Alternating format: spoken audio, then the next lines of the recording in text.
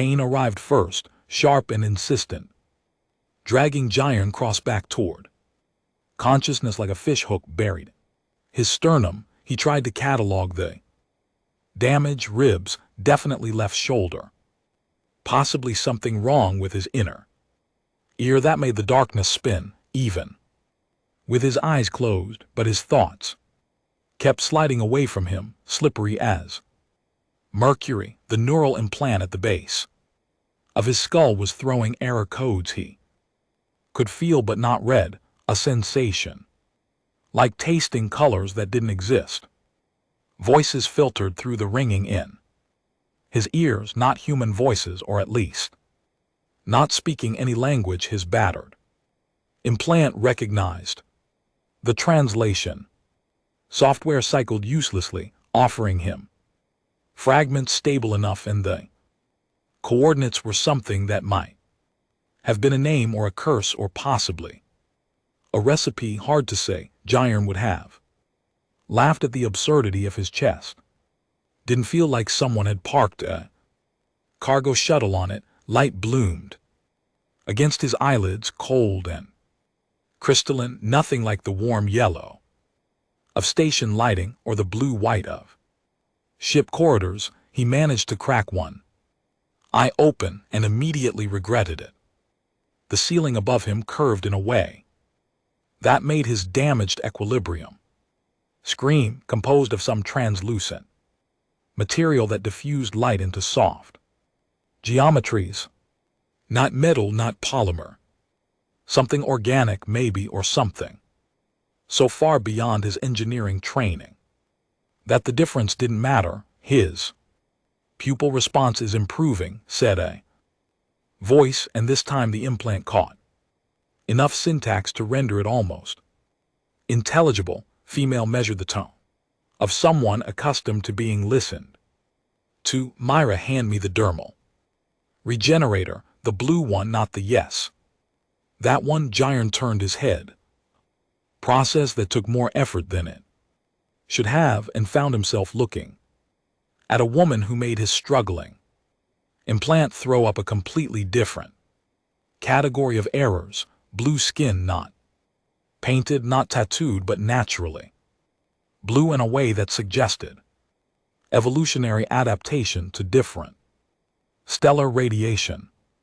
Golden hair pulled back in a series of practical knots that were already coming loose around her face, eyes the color of amber tracking across a handheld device that displayed what Jiren's pilot training recognized as medical readouts, though the interface looked nothing like coalition standard, and the ears long, sweeping upward in elegant points that would have looked at home on historical fantasy hollows. Except this wasn't fantasy.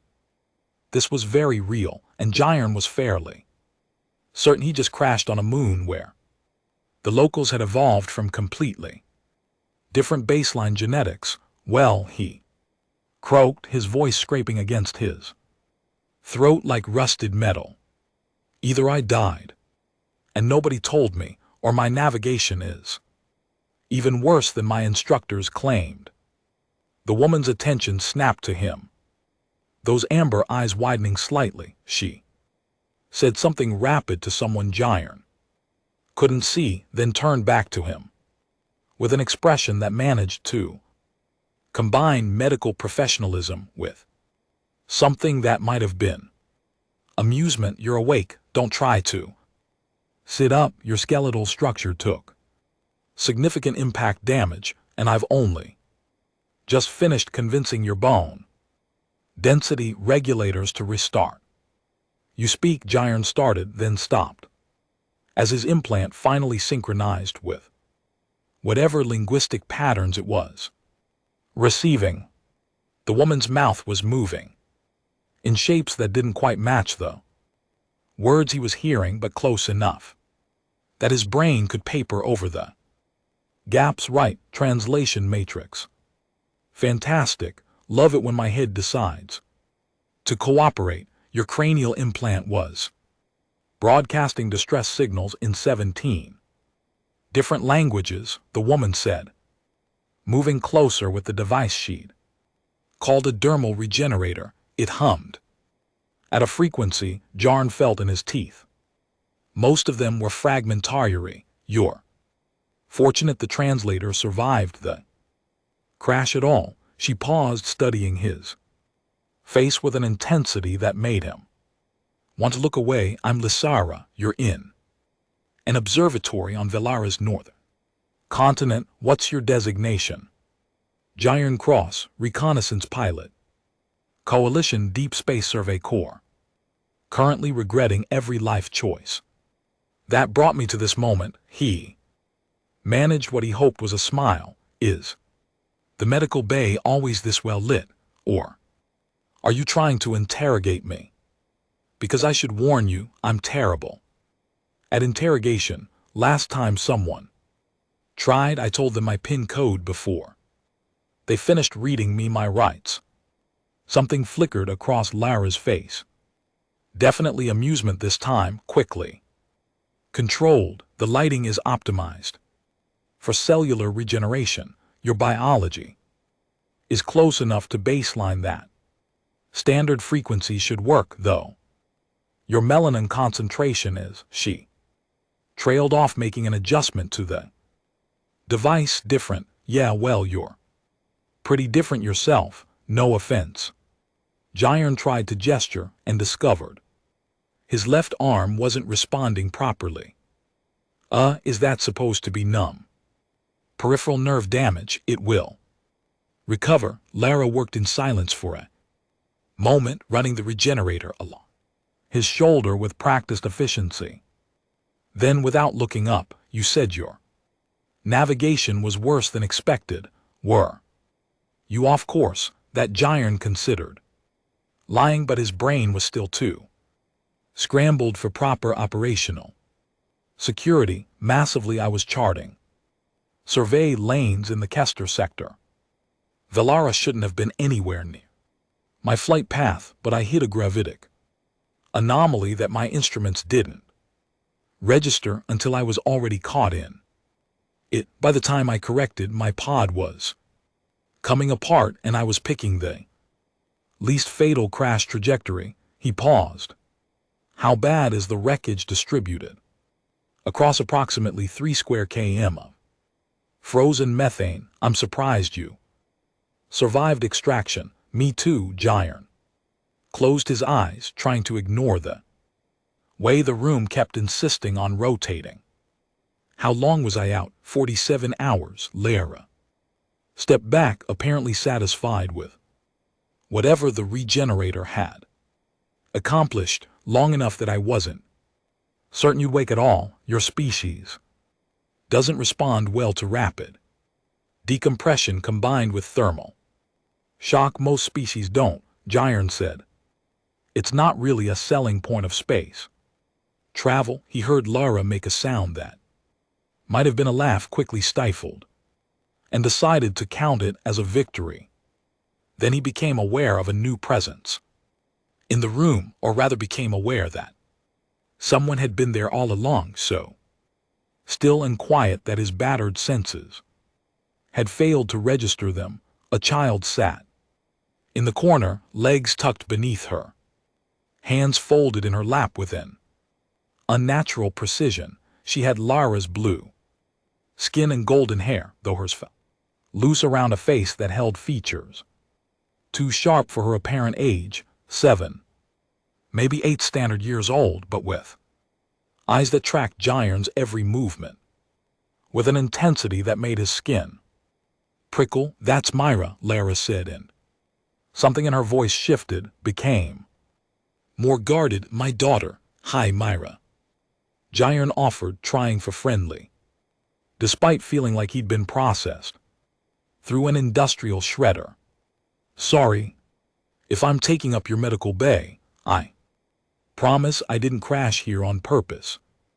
The child didn't smile. She didn't fidget, didn't display any of the restless energy Jarn associated with children. She simply looked at him with those 2 old eyes and said in a voice clear as crystal, Mom, we found him. The words themselves were innocuous, Way Lara's hands went completely still. Over her instruments was not the way. The woman's shoulders tensed the way. Her long ears shifted backward in what Jairon's hindbrain interpreted as alarm. None of that suggested those 4 words were anything close to innocuous. Myra, Lysara said quietly, we discussed this, but we did find him. The child insisted, still not looking away from Jairon. He's earlier than I thought. The winter count was off, but it's him. That Jairon felt consciousness starting to slip again, dragged down by whatever sedatives or healing accelerants were circulating through his bloodstream. He tried to ask what they were talking about, but his mouth wasn't cooperating anymore. The last thing he saw before the darkness pulled him back under was Myra's face, solemn and certain, and Lysara standing over him with an expression that held equal parts concern and something that looked disturbingly like resignation, as if his arrival had confirmed a suspicion she'd been hoping to disprove. Jairon woke to the smell of something burning, which was concerning given that he was supposedly recovering in a medical facility.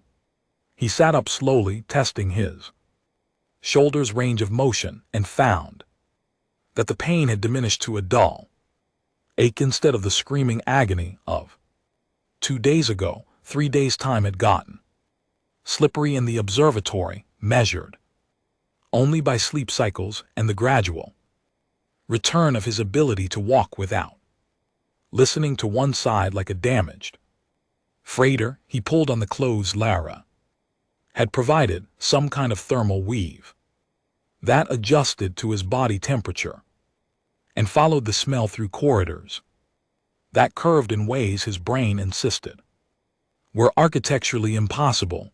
The observatory had clearly been designed by people who thought differently about geometry. Every hallway bent just slightly off true, creating sightlines that seemed to extend forever while somehow looping back on themselves.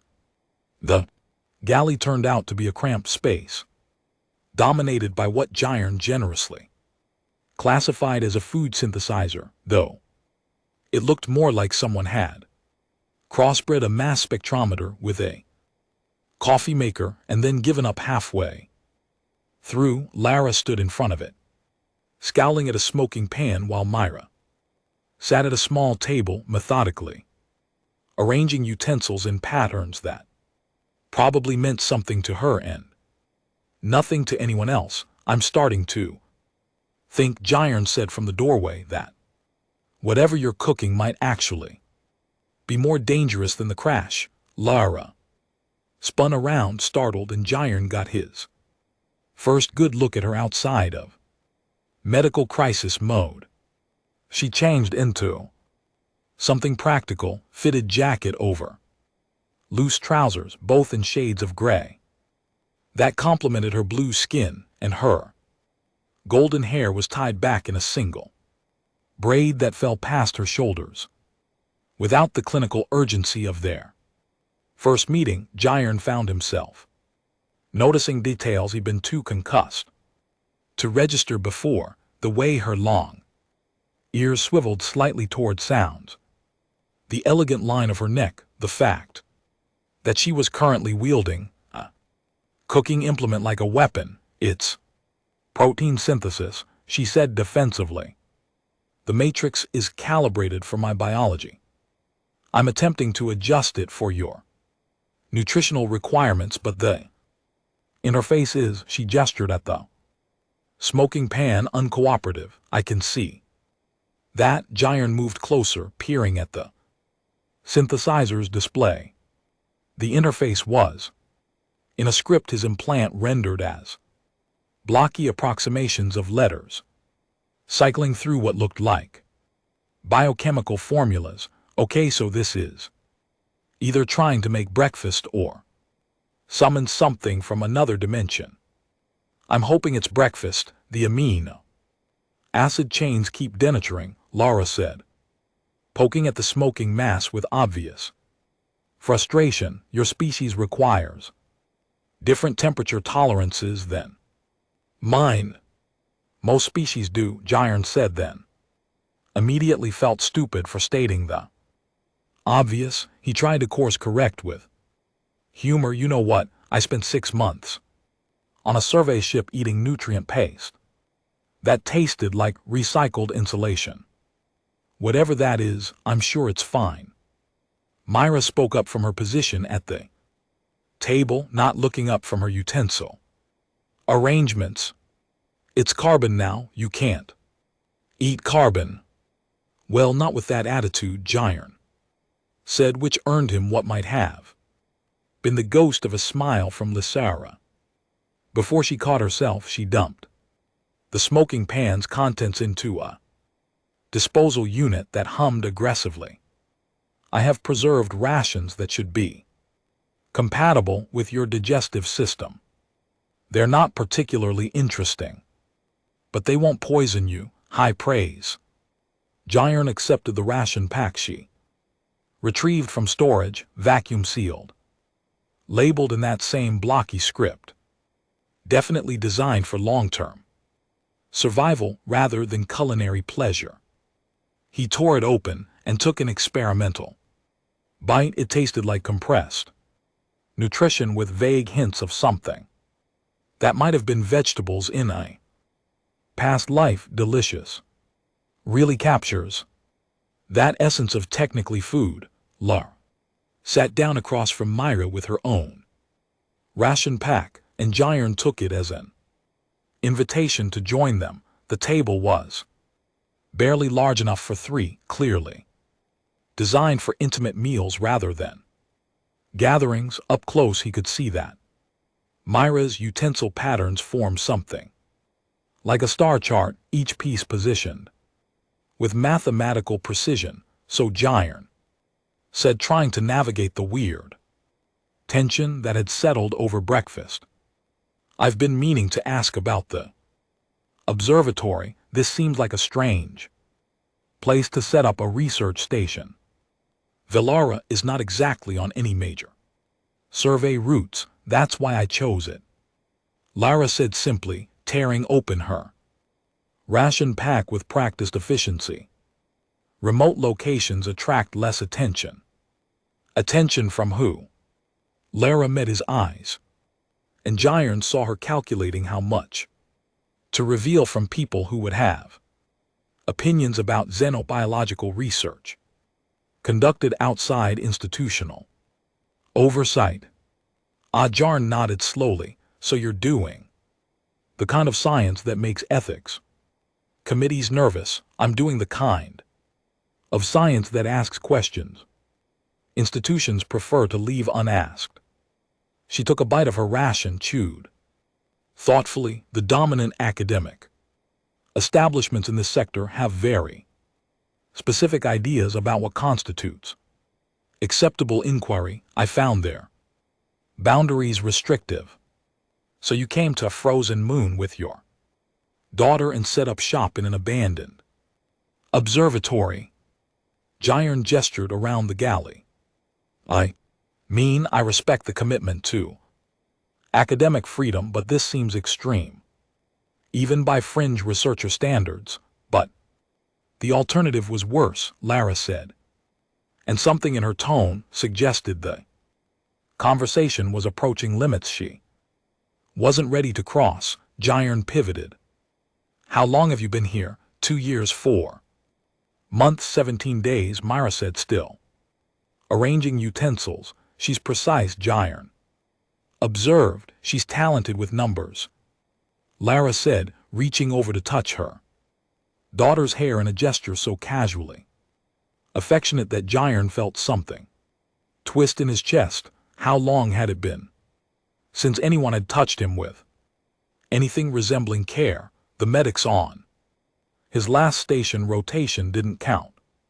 That was professional, clinical, nothing like the way Lara's fingers lingered on her daughter's golden hair. He forced himself to focus. So for 2 years you've been out here alone doing unsanctioned research. What exactly are you researching? Genetic memory structures. Lara said, the mechanisms by which certain species encode experiential data at a chromosomal level and pass it to offspring. Most of the scientific establishment considers it theoretical, at best mystical nonsense, at worst. She paused. They're wrong and you can prove it. Instead of answering, Lara looked at Myra, who had finished her utensil arrangement and was now staring at Jarn with that unnerving intensity he was starting to recognize as her default expression. I dreamed about you, Myra, said matter-of-factly. 14 times before you arrived, you were pulling yourself out of broken metal, and your eyes were gray like storm clouds, and there was fire behind you that didn't burn right. The colors were wrong. Jarn felt his appetite disappear. Kid, I don't want to be rude, but that's deeply unsettling. Myra has prophetic dreams sometimes, Lysara said, as if this were a normal thing to announce over breakfast. Not consistently and not always accurately, but with enough frequency that I've learned to pay attention. Right? Jarn set down his ration pack. So when she said we found him yesterday, she meant that you matched the individual she's been seeing in recurring visions for the past 8 months. Lysara finished a pilot with gray eyes, crashing on during the 14th cycle of winter, which is now. Jarn laughed, realized neither of them were joking, and stopped laughing. Okay, so just to be clear, your daughter has been dreaming about my crash for 8 months. You've been waiting for me to show up. And now that I'm here, you're telling me this like it's a normal Tuesday. Do I have that right? Essentially, Lysara said. Great, fantastic, love that for me. Jarn stood up, needing to move, needing to process this in motion rather than sitting still. He paced the small galley in 3 steps, turned, paced back. And what exactly happens after I arrive in these dreams? Do I fix your synthesizer, solve all your research problems, turn out to be the chosen one who brings balance to the force? I don't know what a force is, Myra said. Seriously, it's never mind. Jarn rubbed his face. What I'm asking is what comes next in your visions. Myra tilted her head. Considering you ask a lot of questions, then there's a choice. Then everything gets quiet. That's remarkably unhelpful that she's 7, Lysara said, standing up as well. Prophetic visions aren't exactly delivered with instruction manuals, right? Sorry, I'm being unfair to the prophetic 7-year-old. Jarn took a breath, trying to center himself. This was fine. He'd crashed on a remote moon, been rescued by a rogue xenobiologist with a precognitive daughter, and apparently he was part of some cosmic plan he'd never agreed to. Totally normal reconnaissance mission. Look, I appreciate you pulling me out of the wreckage and putting me back together, but I need to figure out how to signal for extraction. My pod's long-range transmitter was probably vaporized, but if I can salvage parts from the crash site, the nearest Coalition outpost is 3 weeks away at standard cruising speed, Lara said. And your crash scattered debris across 3 km. Most of it's buried under methane ice now. The observatory's central hub reminded Jarn of a cathedral he'd seen once on a museum world, all soaring space and reverent silence. The great telescope dominated the chamber, a relic from whatever civilization had built this place generations ago. Its lens pointed at stars that no one had studied in decades. Dust motes drifted through. Shafts of crystalline light, and Gyron could hear his own breathing echo off the curved walls he'd been exploring, the lower levels when he found Lara's research. And now he stood frozen in front of a wall covered in star charts, trying to process what he was seeing. "You've been tracking crashes," he said, aloud to the empty chamber, though he knew Lasara was somewhere in the observatory and would probably hear him eventually through whatever monitoring systems kept this place running. Every single one. The wall was meticulous. Each mark on the charts corresponded to coordinates, dates, debris patterns. Gyron counted at least 40 distinct crash sites, all within a 100 kilometers of the observatory, all dated within the past 2 years. Some had annotations in Lara's precise handwriting: hull integrity failure, navigation error, uncontrolled descent, clinical assessments of various ways to fall out of the sky.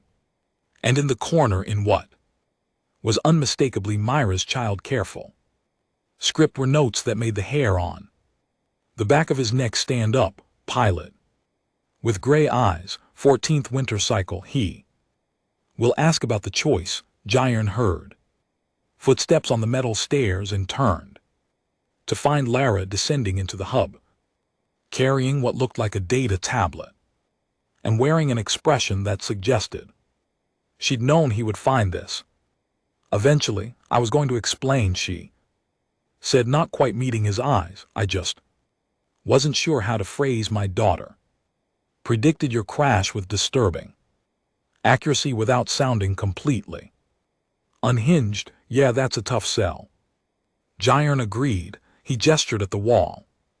"How many of these did she predict?" "Yours specifically. The others are just documentation."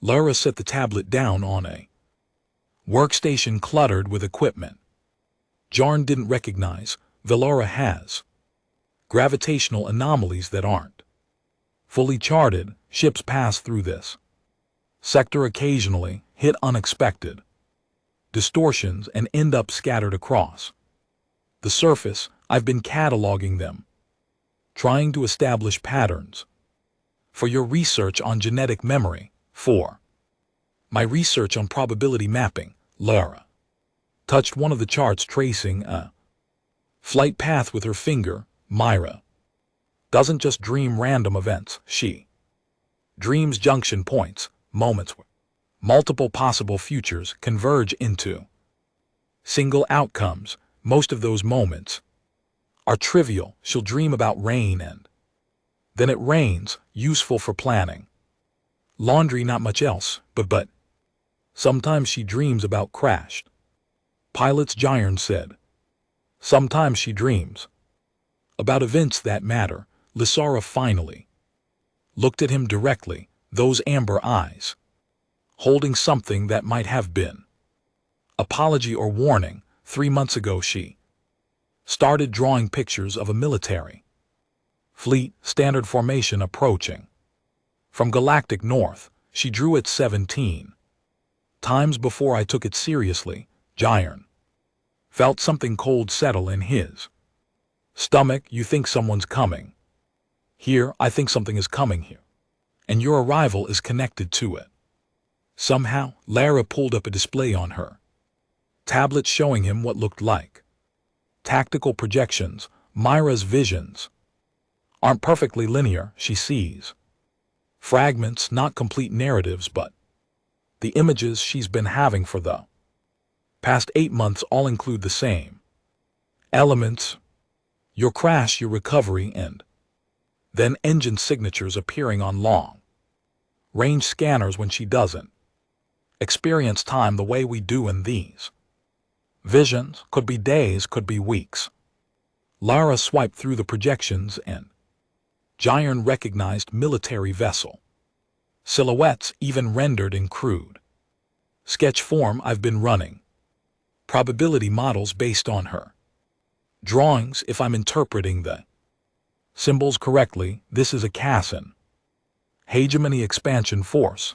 The hegemony Jiren repeated, running through his briefing files mentally.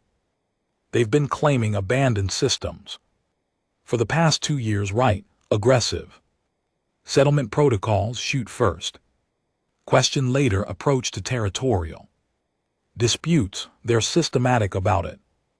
Lasara said. They scan for habitable worlds and strategic resources, classify everything as either valuable or expendable and act accordingly. Velara would register as abandoned infrastructure, potentially useful for refueling operations or staging points. Jiren looked around the hub, suddenly seeing it differently, and if they scan thoroughly enough, they'll find this place, they'll find evidence of recent occupation, and they'll investigate. Lasara's voice stayed level, but Jiren heard the fear underneath. Myra and I can't outrun military vessels. Our transport is designed for short-range supply runs, not deep space escape, so you've been hiding here for 2 years, hoping no one would notice you, and now your daughter's prophetic dreams are telling you that your time is up. Jiren sat down on the edge of the workstation. Processing, that's phenomenally bad. Luck, is it luck if it's predicted? Lara asked, and there was something almost philosophical in the question. I'm a pilot, not a metaphysicist. I just crash into things. Jiren rubbed his temples, feeling a headache building behind his eyes. Okay, let's approach this practically. You said Myra sees junction points, moments where futures converge. What's the junction? What's the choice she keeps mentioning? I don't know. Lara admitted she's 7, getting clear answers about abstract temporal mechanics from a 7-year-old is like trying to translate poetry through a malfunctioning computer. I get fragments, emotions, images, but not coherent explanations. Can I talk to her? You can try. They found Myra in what had once been a storage chamber and was now obviously her bedroom, filled with drawings tacked to every available surface. Jiren stepped inside and felt like he'd entered a museum of possible futures. Ships in flight, ships on fire, ships breaking apart in atmospheres, storms on frozen seas, figures he couldn't quite identify, rendered in a child's uncertain hand, but composed with disturbing precision, and everywhere, repeatedly, obsessively, a man with gray eyes pulling himself from wreckage. Myra sat in the center of the room, adding to what looked like a 3-dimensional model made from salvaged wire and discarded components. Jiren recognized it after a moment, a representation of the observatory, complete with miniature figures that might have been her mother, and someone who was probably him. Hi, Myra, he said, crouching down to her level. Your mom said you've been dreaming about me. That must have been weird. Myra didn't look up from her model. Not weird, just true. Okay, fair point. Jiren studied the wire construction, noting the care sheet taken with proportions. Can you tell me what happens after I arrive? Your mom said there's a choice, but she doesn't know what it is. You choose, Myra said, simply adjusting one of the wire figures. Yeah, I got that part. Choose what? Between keeping and letting go. Myra finally looked at him, and Jiren had the unsettling sensation of being assessed by someone much older than 7. You find something that doesn't belong to you, and you have to decide if you keep it or let it go. If you keep it, people come. If you let it go, people come anyway, but different. That's Jiren tried to find a diplomatic way to say, completely cryptic and Failed, that's not very specific. I'm 7, Myra said, echoing her mother's earlier defense. The dreams don't come with words, just feelings and pictures. I see you holding something, and there are ships behind you, and everything depends on whether you open your hand or close it. Lara leaned against the door frame, watching this exchange with an expression Jyrn couldn't quite read. I've been trying to get more details for months. This is as clear as it gets. Jyrn stood up, looking at all the drawings, all the possible futures, rendered in crayon and wire. So, somewhere out there, probably in my crash site, there's something I'm supposed to find, and what I do with it determines whether the hegemony fleet that's apparently heading our way finds us or doesn't find us, or finds us differently. Or the visions are metaphorical, Lara offered, or they're about some other choice entirely, or Myra's gift is fallible, and none of this means what we think it means. But you don't believe that, Jyrn said, watching her face. No, Lasara admitted. I don't, Myra added another wire to her model, creating what might have been a ship or a star or just abstract geometry. The quiet comes after, she said softly. After you choose, everything gets quiet. I don't know if that's good quiet or bad quiet. Just quiet. Jyrn looked at Lara, saw the weight she'd been carrying for 8 months reflected in those amber eyes, and made a decision that was probably stupid but felt necessary. Okay, show me the crash site coordinates. If there's something there I'm supposed to find, we should probably find it before the hegemony does. Lara raised an eyebrow, and one of her long ears swiveled toward him in what might have been surprise. I'm stuck here anyway, until I can jury-rig some kind of distress beacon, and honestly, sitting around waiting for prophecy doom sounds terrible. Jyrn managed a grin that felt only slightly forced. Besides, I crashed your moon. Least I can do is help you figure out why a 7-year-old has been dreaming about it for 8 months. Environmental suit Lara provided was approximately 3 sizes too large and made Jyrn look like a child playing dress up in adult clothes. He stood in the observatory's airlock, trying to adjust the seals while the suit's automated systems beeped at him in what he chose to interpret as mechanical disapproval. I look ridiculous, he announced to Lasara, who was checking her own suit with practiced efficiency. Hers actually fit, custom-tailored to accommodate her physique and those long ears which she'd folded back beneath the helmet with careful precision. You look alive, which is better than you'll look without it, Lara said, handing him a navigation tablet. Velara's surface temperature averages 170 degrees. The methane seas are frozen solid, but there are pockets of subsurface volatility that can create pressure fractures. Step wrong and you'll fall through into liquid methane. So what you're saying is, don't step wrong. Essentially, great. Love that. Really inspiring confidence.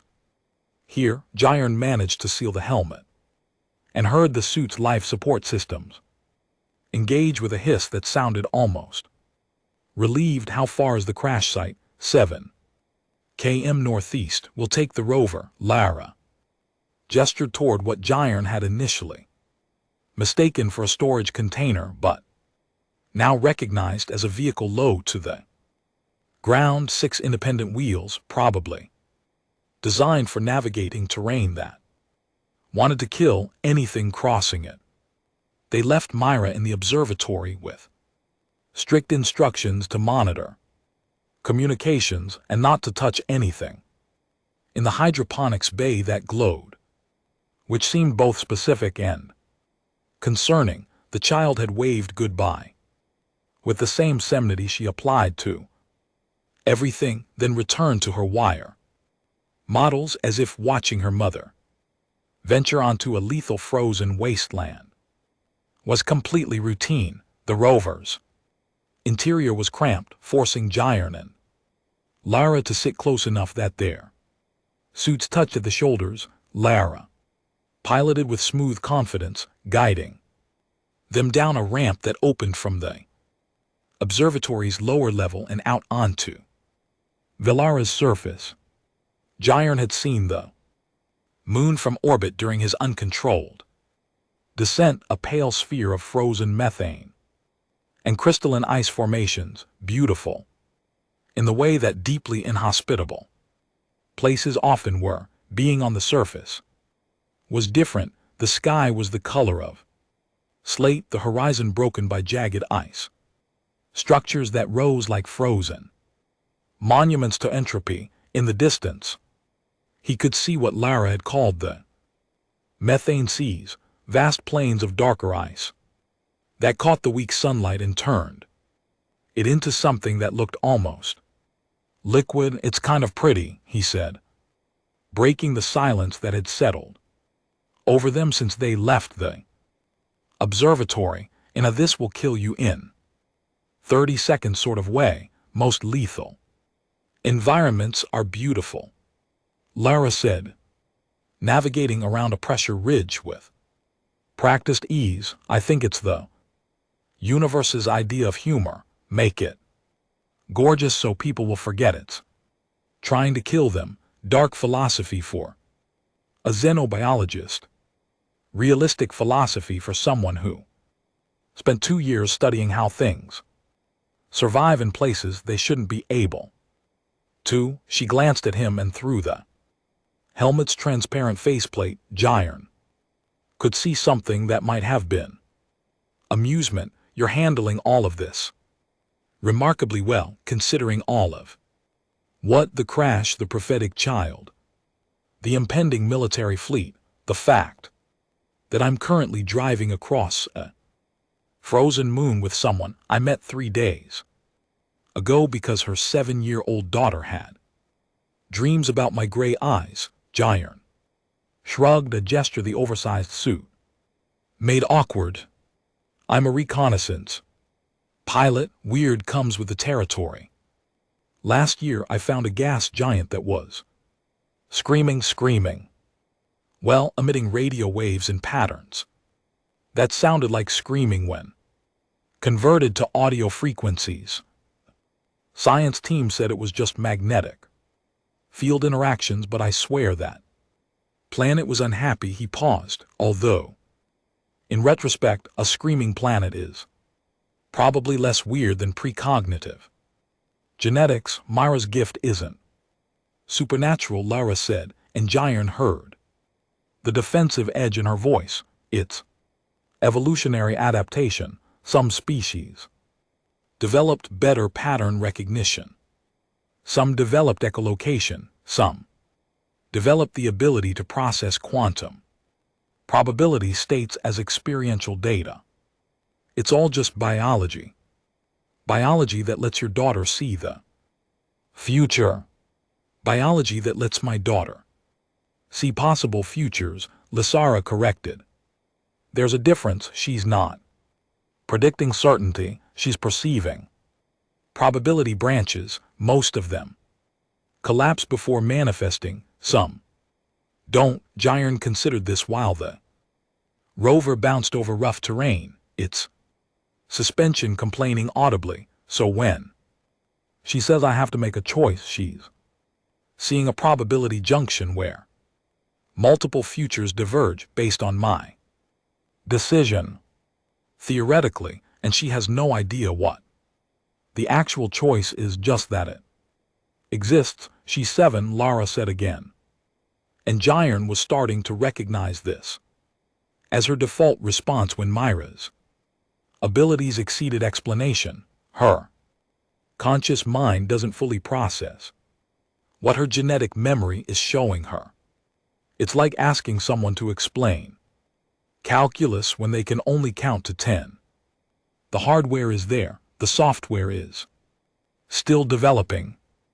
That's a deeply weird way to talk about your kid's brain. I'm a xenobiologist. Everything is hardware and software too. Me, but there was warmth in her voice.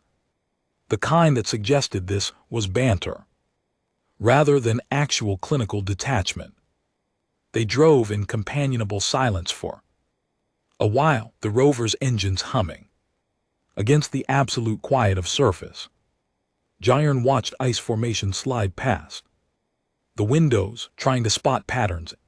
The chaos of frozen geology. Once he thought he saw something moving in the distance, a shadow shifting across the methane ice, but when he looked directly at it, there was nothing there. So he said eventually, because silence was only companionable for so long, what's the plan if we find whatever Myra thinks I'm supposed to find, assuming it's not just a really nice rock or something? We assess whether it's worth keeping or letting go, Lara said, and we make that decision before the hegemony fleet arrives. You sound very confident. They're coming. Myra's probability perception has been accurate 17 times out of 23 documented visions. Those are good enough odds that I take her seriously. Lara adjusted their trajectory, steering toward a cluster of debris that Jyrn recognized with a sick twist in his stomach as pieces of his pod. Besides, I've been monitoring long-range scanner arrays. There are anomalous readings in the galactic north. Approach vector could be nothing. Could be exactly what Meyer has been seeing. When did the readings start? 4 days ago. That Jyrn did the math. So right around when I crashed. Yes, that's not ominous at all. They reached the crash site 20 minutes later, and Jyrn felt his professional training kick in despite the surreal circumstances. His pod had fragmented beautifully, and by beautifully he meant catastrophically. The main hull had split along the thermal seams, scattering components across a debris field that stretched further than he'd thought possible. Some pieces were already half buried in methane ice claimed by Villara's hostile environment. Others jutted from the surface like mechanical tombstones. Lar parked the rover and they both climbed out, moving carefully in the lower gravity. Jyrn's suit felt even more ridiculous outside, but it kept him alive, so he decided to forgive its aesthetic failures. Your pod's data core should be in the forward section, Lysara said, consulting her own tablet. That's the most likely location for anything worth salvaging or anything worth finding, Jyrn added, remembering Myra's cryptic warnings about choices in keeping and letting go. They picked their way through the debris, Jyrn mentally cataloging components by familiarity and damage level. Navigation array destroyed, life support backup intact but useless without the main hull. Emergency beacon. He stopped, crouching down next to a piece of wreckage that made his blood run cold. Lysara, he said quietly, come look at this. She moved to his side, following his gaze to what remained of his pod's communication suite. The emergency beacon was still active, its status light pulsing weakly through a layer of frost, but more importantly, Jyrn could see the data buffer indicator showing a full queue. It's been broadcasting, he said, his voice tight in the confined space of the helmet this whole time. It's been sending out distress signals. To whom? To anyone listening. Jyrn pulled up the beacon's diagnostic interface, scrolling through transmission logs, standard coalition protocols, automated distress call Vessel identification, last known. Coordinates, he stopped staring at the screen. Oh no, what it's been. Broadcasting unencrypted. Jyrn looked at Lara, saw his own realization. Reflected in her expression, anyone with the right equipment could intercept this signal. They'd know there's a crashed Coalition reconnaissance pod on Valera. They'd know its exact location. Lara was very quiet for a long moment. Then the hegemony has the right equipment. Yeah. Jyrn said they really do. The scanner arrays in the observatory's control room lit up like a festival display, each blip representing something Jyrn had been hoping wouldn't arrive for at least another week. He stood next to Lara, watching the tactical display render incoming vessels with mathematical precision, and tried to remember if he'd updated his will before this mission. 7 ships, Lasara said, her voice remarkably steady for someone watching her sanctuary's destruction approach at relativistic speeds. Hegemony formation. Pattern Delta 3, that's a standard expansion fleet. 2 heavy cruisers, 4 frigates, 1 science vessel. No hegemony tactical classifications. I told you I read extensively. She pulled up a secondary display showing projected approach vectors. They'll be in scanning range in 36 hours, full orbital position in 40. Jyrn looked at the beacon's signal date. He transferred from the crash site, watching it pulse its automated distress call into the void. Every transmission was a breadcrumb leading directly to this observatory, to Lara, to Myra. His fault, his crashed pod, his equipment, his failure to check if the beacon had survived.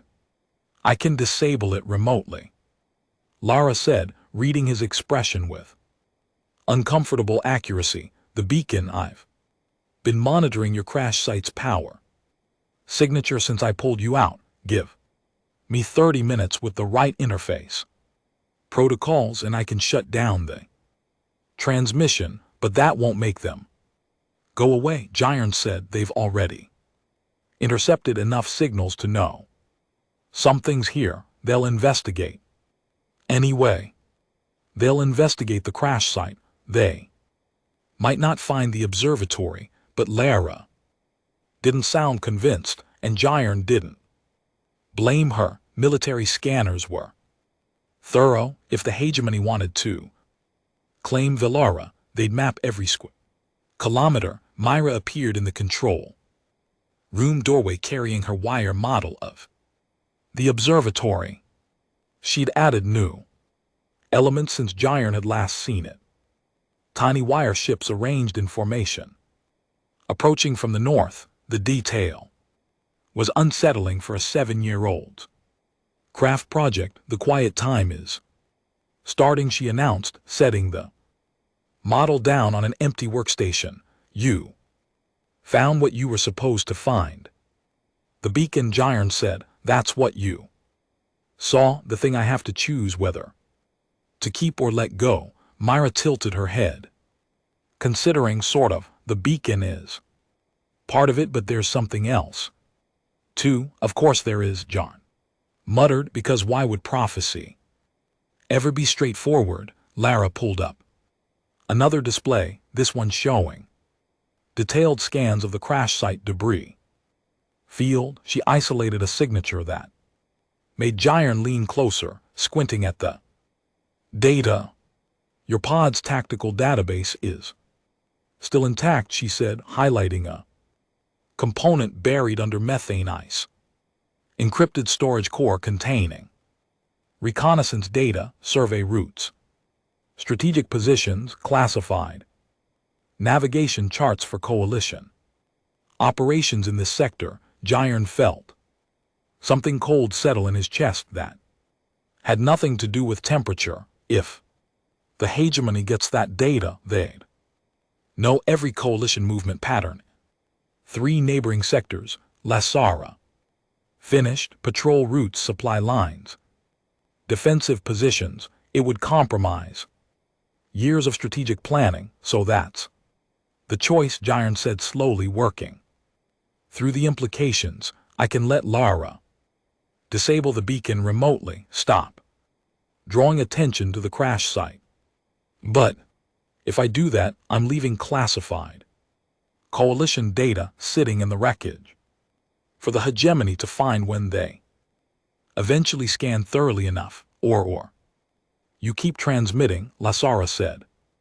Quietly keep the beacon active, make sure it's the loudest signal on the moon, draw the hegemony directly to the crash site where you've had time to sabotage the tactical database, make sure they find nothing but scrap metal and a dead pilot's distress call.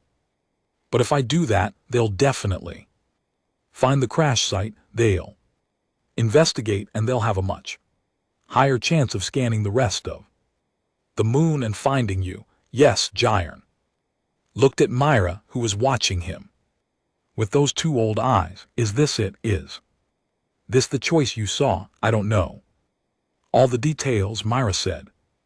Just that. You choose between keeping and letting go, and that after you choose, everything gets quiet. I still don't know if it's good quiet or bad quiet. That's spectacularly unhelpful, kid. No offense, none taken. Myra touched her wire model, spinning one of the tiny ships. Mom says prophecy isn't supposed to solve problems, just show you where the problems are. Your mom is very wise and also very frustrating. Giron ran both hands through his hair, a gesture made awkward by the fact that he'd been in Zerog crash positions recently, and it was still sticking up at odd angles. Okay, let me think about this logically. If I disable the beacon and abandon the data, the hegemony might not find the crash site immediately, might not find you, but eventually they will. And when they do, they'll have intelligence that could get a lot of coalition personnel killed. Correct, Lara said. If I keep the beacon active and sabotage the database, I draw them straight to the crash site. Guarantee they find it, guarantee they investigate, which means guarantee they scan the whole moon more thoroughly. He looked at Lara, which means they almost certainly find the observatory, find you. And Myra also correct, so either I protect you and potentially doom a bunch of strangers I'll never meet, or I protect the strangers and definitely put you in danger. Giron laughed, but there was no humor in it. This is a terrible choice. I hate this choice. I want to file a formal complaint with the universe about this choice. Myra spoke up from her position by the model. You're thinking about it wrong. Oh, really? Please enlighten me, Oracle. Child, you're thinking about choosing between 2 bad things, Myra said patiently, but Mom always says that when everything looks bad, you're probably not seeing all the options. But Giron looked at Lara, who had the grace to appear slightly embarrassed. I may have said something like that once during a particularly difficult research problem. So what's the third option? Giron asked.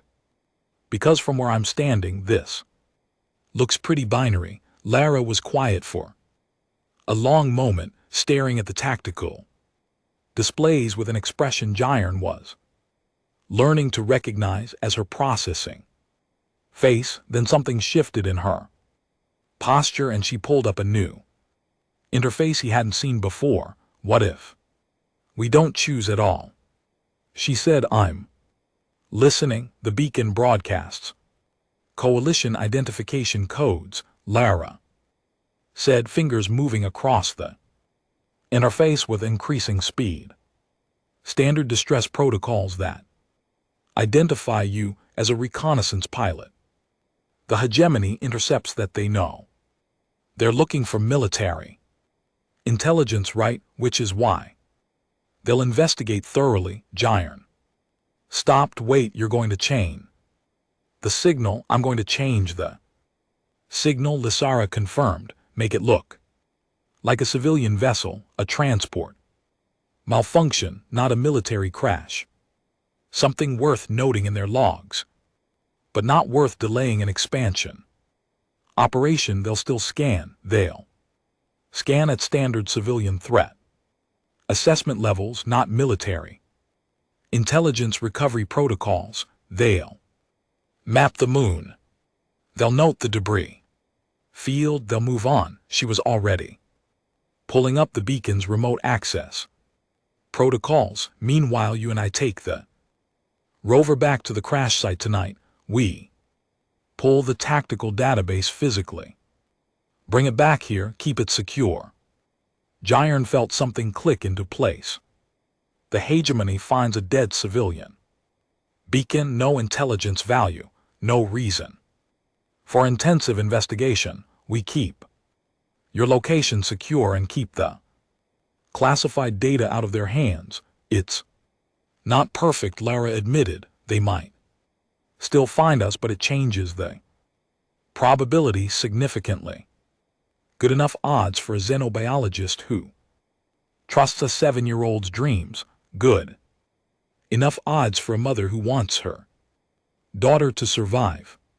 Lara met his eyes, and Gyron saw the weight of 2 years hiding in that gaze, the loneliness of it, the constant fear. I can't run anymore, Gyron.